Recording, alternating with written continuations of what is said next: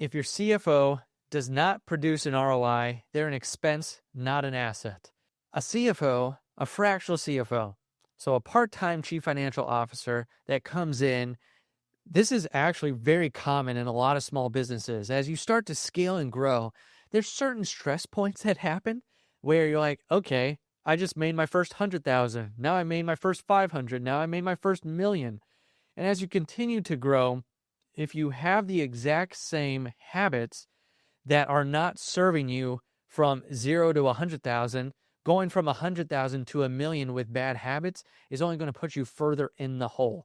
So a lot of people say, I'm not really good as an entrepreneur at the financial side of business, or I'm just going to give it to a bookkeeper or CPA and they're going to manage this stuff and I'll just worry about it when tax time comes. Then as they start to grow and scale, they quickly realize, oh my gosh, like we're doing more, I'm making more, but why am I keeping less and less in my bank account? That's usually what triggers someone to reach out for a fractional CFO because they're like, I don't have the profitability.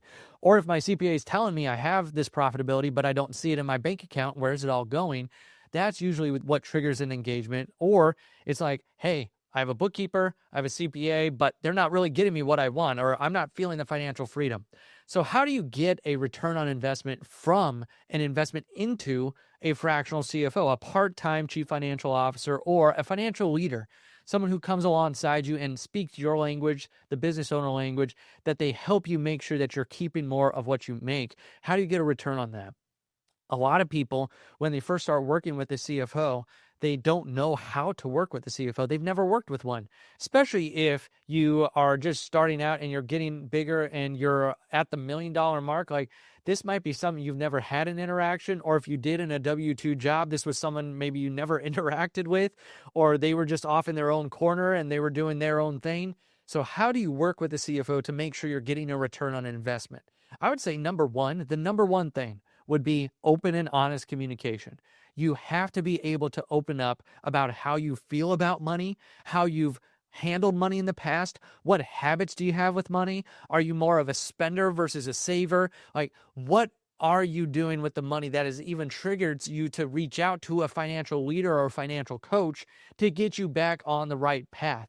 If you've started to scale and grow and you're doing more deals or doing more volume or more sales than you've ever done, but you're losing more money than you've ever lost, it's like being open of, I'm not sure what's happening, or I don't know where my money's going and I need help. So being able to very clearly articulate what the issues are and maybe even how you interact with money. Like I'm more of a spender, so if I get money in my bank account, I just like to have it go out. I don't like reserves. I just want to reinvest every dollar back into the business, whatever that mindset is. Or if you're on the other side, I'm a saver. I don't like spending the money. I hate going out there and, going on trips or doing the other things or just spending any money that I don't really have to. And I really just, you're a miser. And so maybe you're not scaling like you want to, or putting the money in the marketing like you should in order to be able to grow. So just being very open and honest, that would be number one, whether it's about downfalls or whether it's about number two would be your goals. So being open and honest about goals, not just about where you feel like you're lacking, but where do you want to take the business? A CFO is a leader. They are not just the bookkeeper who's in the day-to-day of QuickBooks or your transactions. They're there as a CFO to help you. And the real return you get is, are we really making progress on your goals? You told me you wanted X amount in savings or X amount in business reserves by this date. That's something that could be very well managed and be able to be measured as well too. I want to see, did we actually grow the reserves? Did you want to start paying yourself more? And were you able to, within this amount of time, be able to start paying yourself what you wanted to? That's why being very clear cut, not just on what, number one, where you might have some hangups with money, but number two, what do you want from your business? What are those goals? And not just goals of deals or sales, but how much do you want to keep? And how much do you want to pay yourself? And how much do you want in reserves? And then you can go back and forth with the CFO of what would be a reasonable date, or a reasonable time frame in order to get this to happen. So that would be another big one to be getting a return on investment is, I wanted to be able to have this much in reserves or have this much that I'm paying myself, that otherwise, if I just keep going the way that I'm going, there's no way I'd pay myself or no way I'd have reserves in the bank. So that's a very tangible ROI that you can get from a CFO. The other thing you can get is that clarity. So one of the things we do with every client, and that any CFO worth their weight in gold will set up a dashboard for you. What's a dashboard? It's literally just the numbers, the key metrics, those key numbers you need to be looking at that help you to make decisions in the business to help you get to where you really want to be as a business owner. So let's just take real estate investing, for example. One of the big things we track is if you're fixing and flipping, how much money do you have out, like in projects, versus how much money do you still need left in order to complete the projects, and how much money do you have earmarked for projects, and do we need to go and get more money, or otherwise you're going to be dipping into your own reserves. It's also understanding that CFO should help you with, this one is a little bit harder to track, but the sleep at night factor. Like, do they help you understand where your money is, where it's going, and the other alternatives you have versus just let's just plow every dollar back in and hopefully we get more money out than we put into the business, because that's just a losing recipe for success. You are not going to attain success if you're just like, as long as more money comes in than goes out, we'll be okay. What you need is someone to be there to guide you to that profitability and make it a system, not just a set of circumstances that just magically try and get to form together. You need a system, and that's what a CFO does. And if you're wanting a return on investment, those are a couple things. Number one, be open and honest. Number two, really have clear goals, because that's one of the things that you can actually measure is, did we get more cash in our bank account? Did we get more cash into our personal accounts? Making sure you're getting what you really want from the business. Maybe you don't have a goal for reserves or paying yourself, but you want to do more deals or you want to get a better marketing ROI. It's being able to focus on those areas, but know what you really want. And then also being able to have the numbers in front of you to be able to make a decision, like having a dashboard. So those are some of the returns on investment from a CFO. Another return on investment is, are they saving you headache and time? A CFO should also be managing like your bookkeeper and CPA relationships. So that way you have someone that's an in-between, a liaison, someone that's there to make sure that the bookkeepers are doing what they should be doing, that they're keeping the books up to date, that they know exactly where every dollar's going, and that making sure that they're keeping it up to date so we could actually translate those numbers for you.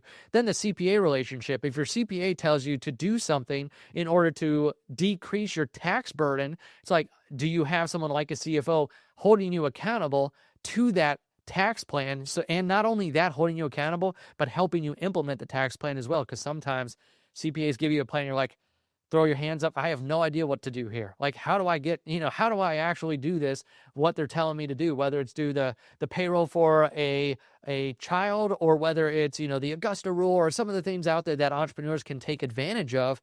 Are you taking advantage of them? Do you know how to? Do you have someone in your corner that's helping you manage that and making sure that you're getting what you really want from the business, and that you have someone that's helping you manage the people that, frankly, a lot of people just would not take the time to manage or even understand if they're doing it correctly, like a bookkeeper or a CPA. And that's another big return on investment, is the headache of having to manage more people, especially people that you might not understand their role, their job, or how they do it as much, and having something that you can really rely on.